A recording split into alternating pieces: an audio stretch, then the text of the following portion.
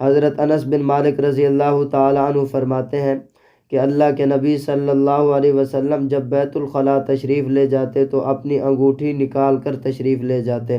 میرے محترم عزیزو، انگوٹھی پہنتے ہوئے بیت الخلاء جانے کا کیا حکم ہے، اس کی ذرا تفصیل بیان کرنا چاہتا ہوں۔ ان النبی صلی اللہ علیہ وسلم کان اذا دخل الخلاء نزع خاتمہ۔ الخلاء قضاء حاجت کی جگہ کو کہتے ہیں، خلاء اصل میں خالی جگہ کو کہتے ہیں۔ پھر عرف میں قضاء حاجت بول و براز کے لیے جو جگہ مستعمل ہوتی ہے اس کے لیے بھی بولا جاتا ہے۔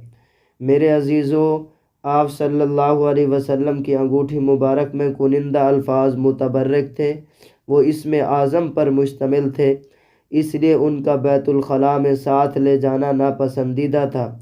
ادب اور عظمت کی وجہ سے اللہ کے نبی صلی اللہ علیہ وسلم بیت الخلاء جانے سے پہلے انگوٹھی کو اتار لیتے تھے۔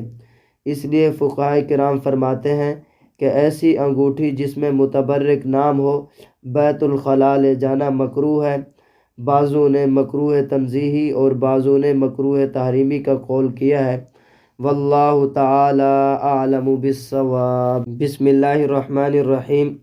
وبه قال حدثنا اسحاق بن منصور قال حدثنا سعید بن عامر والحجاج بن منہال عن حمام عن ابن جریج عن الزہری عن انس بن مالک رضی اللہ تعالی عنہ وعنہم ان النبی صلی اللہ علیہ وسلم کان اذا دخل الخلاء نزع خاتمہ۔